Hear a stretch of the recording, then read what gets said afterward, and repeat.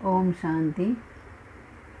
अव्यक्त मुरली रिवाइज 9:183। सार, व्यर्थ को छोड़ समर्थ संकल्प चलाओ। आज बाप दादा सभी सिकिलदे बच्चों से मिलन मनाने के लिए विशेष आए हैं। डबल विदेशी बच्चे मिलन मनाने के लिए सदा इंतज़ार में रहते हैं, तो आज बाप दादा डबल विदेशी बच्चों से एक एक की विशेषता की रूह रूहान करने आए हैं। एक एक स्थान की अपनी अपनी विशेषता है। कहाँ संख्या ज़्यादा और कहाँ संख्या कम होते भी अमूल्य रत्न, विशेष रत्न थोड़े चुने हुए होते भी अपना बहुत अच्छा पार्ट बजा रहे हैं। ऐसे बच्चों के उमंग उत्साह को देख, बच्चों की सेवा को देख बाप दादा हर्षित होते हैं। विशेष रूप में विदेश के चारों ही कोनों में बाप को प्रत्यक्ष करने के प्लान प्रैक्टिकल करने में अच्छी सफलता को पा रहे हैं। सर्वधर्मों की आत्माओं को बाप से मिलाने का प्रयत्न अच्छा कर रहे हैं। सेवा की लगन अच्छी है। अपनी भटकती हुई आत्मा को ठिकाना मिलने के अनुभवी होने के कारण औरों के प्रति भी रहम आता है। जो भी दूर दूर से आए हैं, उन्हों का एक ही उमंग है कि जाना है और अन्य को भी ले जाना है। इस दृढ़ संकल्प ने सभी बच्चों को दूर होते भी नज़दीक का अनुभव कराया है। इसलिए सदा अपने को बाप दादा के वर्षे के अधिकारी आत्मा समझ चल रहे हैं। कभी भी किसी व्यर्थ संकल्प के आधार पर अपने को हलचल में नहीं लाओ। कल्प कल्प के पात्र हो। अच्छा, आज तो पार्टियों से मिलना है। पहला नंबर मिलने का चांस अमेरिका पार्टी को मिला है, तो अमेरिका वाले सभी मिलकर सेवा में सबसे नंबर 1 कमाल भी तो दिखाएंगे ना। अभी बाप दादा देखेंगे कि कॉन्फ्रेंस में सबसे बड़े से बड़े वीआईपी कौन ले आते हैं। नंबर 1 वीआईपी कहाँ से आ रहा है? अमेरिका से। वैसे तो आप बाप के बच्चे वीवीआईपी हो, आप सबसे बड़ा तो कोई भी नहीं है, लेकिन जो इस दुनिया के वीआईपी हैं, उन आत्माओं को भी संदेश देने का यह चांस है। इन्हों का भाग्य बनाने के लिए यह पुरुषार्थ करना पड़ता है, क्योंकि वे तो अपने को इस पुरानी दुनिया के बड़े समझते हैं ना। तो छोटे छोटे कोई प्रोग्राम में आना वह अपना रिगार्ड नहीं समझते, इसलिए बड़े प्रोग्राम में बड़ों को बुलाने का चांस है। वैसे तो बाप दादा बच्चों से ही मिलते और रूह रूहान करते, विशेष आते भी बच्चों के लिए ही हैं। फिर ऐसे ऐसे लोगों का भी उल्हना न रह जाए कि हमें हमारे योग्य निमंत्रण नहीं मिला। इस उल्हने को पूरा करने के लिए यह सब प्रोग्राम रचे जाते हैं। बाप दादा को तो बच्चों से प्रीत है और बच्चों को बाप दादा से प्रीत है। अच्छा, सभी डबल विदेशी तन से और मन से संतुष्ट हो। थोड़ा भी किसको कोई संकल्प तो नहीं है। कोई तन की व मन की प्रॉब्लम है। शरीर बीमार हो, लेकिन शरीर की बीमारी से मन डिस्टर्ब ना हो। सदैव खुशी में नाचते रहो तो शरीर भी ठीक हो जाएगा। मन की खुशी से शरीर को भी चलाओ तो दोनों एक्सरसाइज हो जाएगी। खुशी है दुआ और एक्सरसाइज है दवाई, तो दुआ और दवा दोनों होने से सहज हो जाएगा। एक बच्चे ने कहा, रात्रि को नींद नहीं आती है। सोने के पहले योग में बैठो तो फिर नींद आ जाएगी। योग में बैठने समय बाप दादा के गुणों के गीत गाओ तो खुशी से दर्द भी भूल जाएगा। खुशी के बिना सिर्फ यह प्रयत्न करते हो कि मैं आत्मा हूँ, मैं आत्मा हूँ, तो इस मेहनत के कारण दर्द भी फील होता है। खुशी में रहो तो दर्द भी भूल जाएगा। कोई भी बात में किसको भी कोई क्वेश्चन हो या छोटी सी बात में कब कंफ्यूज भी जल्दी हो जाते, तो वह छोटी छोटी बातें फौरन स्पष्ट करके आगे चलते चलो। ज़्यादा सोचने के अभ्यासी नहीं बनो। जो भी सोचा है उसको वहाँ ही ख़त्म करो।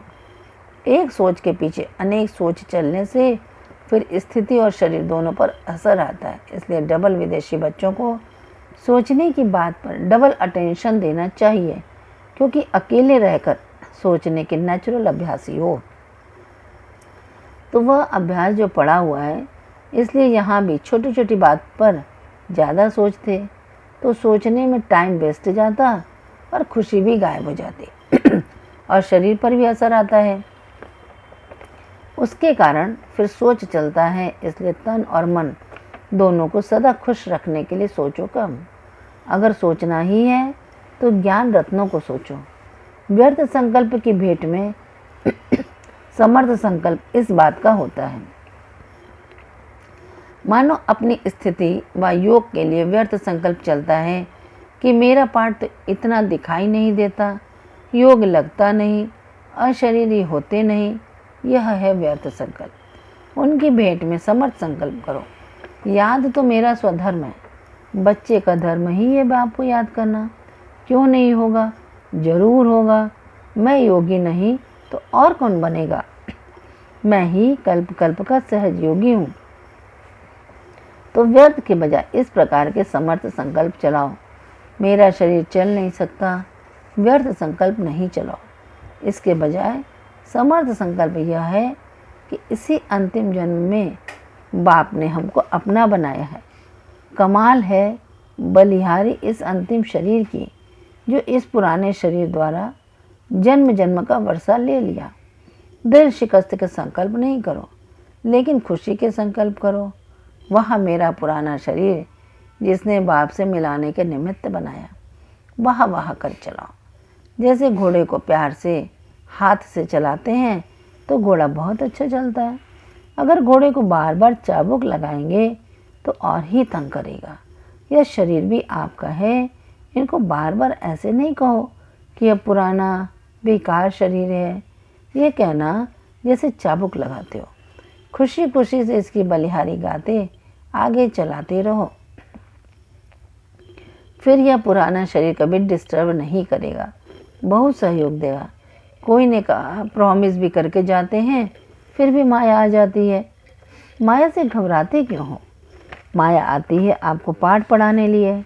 घबराओ नहीं, पाठ पढ़ लो। कभी सहनशीलता का पाठ, कभी एकरस स्थिति में रहने का पाठ पढ़ाती, कभी शांत स्वरूप बनने का पाठ पक्का कराने आती। तो माया को उस रूप में नहीं देखो। माया आ गई, घबरा जाते हो, लेकिन समझो कि माया भी हमारी सहयोगीपन बाप से पढ़ा हुआ पाठ पक्का कराने के लिए आई है। माया को सहयोगी के रूप में समझो, दुश्मन नहीं। पाठ पक्का कराने के लिए सहयोगी है तो आपका अटेंशन सारा उस बात में चला जाएगा। फिर घबराहट कम होगी और हार नहीं खाएंगे। पाठ पक्का करके अंगद के समान बन जाएंगे। तो माया से घबराओ नहीं। जैसे छोटे बच्चों को माँ बाप डराने के लिए कहते हैं हव्वा आ जाएगा, आप सबने भी माया को हव्वा बना दिया है। वैसे माया खुद आप लोगों के पास आने में घबराती है, लेकिन आप स्वयं कमज़ोर हो, माया का आह्वान करते हो, नहीं तो वह आएगी नहीं। वह तो विदाई के लिए ठहरी हुई है। वह भी इंतज़ार कर रही है कि हमारी लास्ट डेट कौन सी है। अब माया को विदाई देंगे या घबराएंगे? डबल विदेशियों की यह एक विशेषता है। उड़ते भी बहुत तेज हैं और फिर डरते हैं तो छोटी सी मक्खी से भी डर जाते हैं। एक दिन बहुत खुशी में नाचते रहेंगे और दूसरे दिन फिर चेहरा बदली हो जाएगा। इस नेचर को बदली करो। इसका कारण क्या है? इन सब कारणों का भी फाउंडेशन है सहन शक्ति की कमी। सहन करने के संस्कार शुरू से नहीं है, इसलिए जल्दी घबरा जाते हो। स्थान को बदलेंगे या जिनसे तंग होंगे उनको बदल लेंगे, अपने को नहीं बदलेंगे। यह जो संस्कार है वह बदलना है। मुझे अपने को बदलना है, स्थान को व दूसरे को नहीं बदलना है, लेकिन अपने को बदलना है।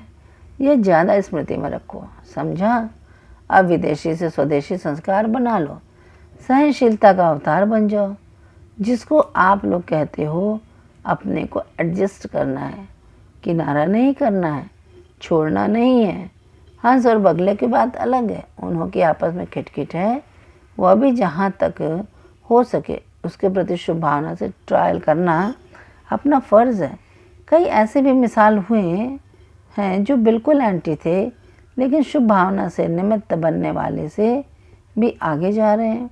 तो शुभ भावना फुल फोर्स से ट्रायल करनी चाहिए। अगर फिर भी नहीं होता है तो फिर डायरेक्शन लेकर कदम उठाना चाहिए, क्योंकि कई बार ऐसे किनारा कर देने से कहाँ डिसर्विस भी हो जाती है। और कई बार ऐसा भी होता है कि आने वाली ब्राह्मण आत्मा की कमी होने के कारण अन्य आत्माएं भी भाग लेने से वंचित रह जाती हैं। इसलिए पहले स्वयं ट्रायल करो, फिर अगर समझते हो यह बड़ी प्रॉब्लम है तो निमित्त बनी आत्माओं से वेरीफाई करो। फिर वह भी अगर समझती है कि अलग होना ही ठीक है, फिर अलग हुए भी तो आपके ऊपर जवाबदारी नहीं रहेगी, आप डायरेक्शन पर चले, फिर आप निश्चिंत। कई बार ऐसा होता है जोश में छोड़ दिया, लेकिन अपनी गलती के कारण छोड़ने के बाद भी वह आत्मा खींचती रहती है, बुद्धि जाती रहती है, यह भी बड़ा विघ्न बन जाता है। तन से अलग हो गए लेकिन मन का हिसाब किताब होने के कारण खींचता रहता है। इसलिए निमित्त बनी हुई आत्माओं से वेरीफाई कराओ, क्योंकि ये कर्मों की फिलॉसफी है। ज़बरदस्ती तोड़ने से भी मन बार बार जाता रहता है। कर्म की फिलॉसफी को ज्ञान स्वरूप होकर पहचानो और फिर वेरीफाई कराओ, फिर कर्म बंधन को ज्ञान युक्त होकर खत्म करो। बाकी ब्राह्मण आत्माओं में हम शरीक होने के कारण ईर्ष्या उत्पन्न होती है। ईर्ष्या के कारण संस्कारों का टक्कर होता है, लेकिन इसमें विशेष बात यह सोचो कि जो हम शरीक हैं उनको निमित्त बनाने वाला कौन। उनको नहीं देखो फलाना इस ड्यूटी पर आ गया, फलानी टीचर हो गई, नंबर 1 सर्विसेबल हो गई, लेकिन यह सोचो कि उस आत्मा को निमित्त बनाने वाला कौन। चाहे निमित्त बनी हुई विशेष आत्मा द्वारा ही उनको ड्यूटी मिलती है, लेकिन निमित्त बनने वाली टीचर को भी निमित्त किसने बनाया। इसमें जब बाप बीच में हो जाएगा तो माया भाग जाएगी, ईर्ष्या भाग जाएगी। लेकिन जैसे कहावत है ना, या होगा बाप या होगा पाप, जब बाप को बीच में से निकालते हो तब पाप आता है। ईर्ष्या भी पाप कर्म है ना। अगर समझो बाप ने निमित्त बनाया है तो बाप जो कार्य करते उसमें कल्याण ही है। अगर उसकी कोई ऐसी बात अच्छी ना भी लगती है, रॉन्ग भी हो सकती है, क्योंकि सब पुरुषार्थी हैं। अगर रॉन्ग भी है तो अपनी शुभ भावना से ऊपर दे देना चाहिए, ईर्ष्या के वश नहीं। लेकिन बाप की सेवा सो हमारी सेवा है, इस शुभ भावना से श्रेष्ठ जिम्मेवारी से ऊपर बात दे देनी चाहिए। देने के बाद खुद निश्चिंत हो जाओ। फिर यह नहीं सोचो कि यह बात दी फिर क्या हुआ, कुछ हुआ नहीं, हुआ या नहीं ये जिम्मेवारी बड़ों की हो जाती है।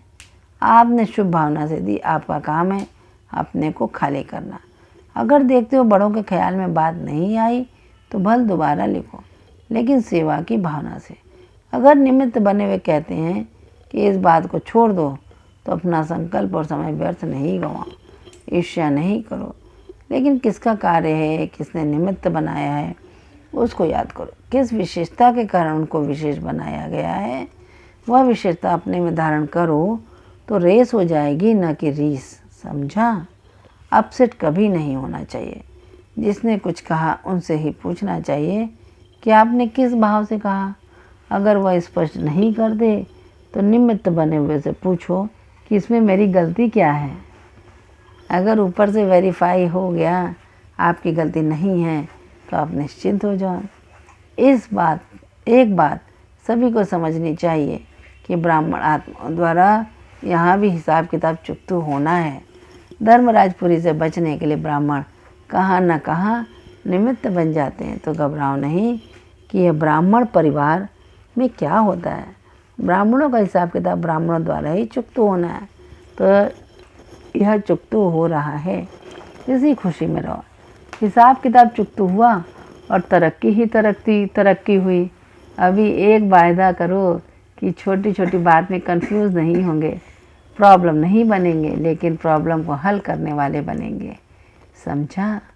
वरदान अपनी शक्तियों व गुणों द्वारा निर्बल को शक्तिवान बनाने वाले श्रेष्ठ दानी व सहयोगी भव। अपनी शक्तियों व गुणों द्वारा निर्बल को शक्तिवान बनाने वाले श्रेष्ठ दानी व सहयोगी भव। स्पष्टीकरण। श्रेष्ठ स्थिति वाले सपूत बच्चों की सर्व शक्तियाँ और सर्वगुण समय प्रमाण सदा सहयोगी रहते हैं। उनकी सेवा का विशेष स्वरूप है बाप द्वारा प्राप्त गुणों और शक्तियों का अज्ञानी आत्माओं को दान और ब्राह्मण आत्माओं को सहयोग देना।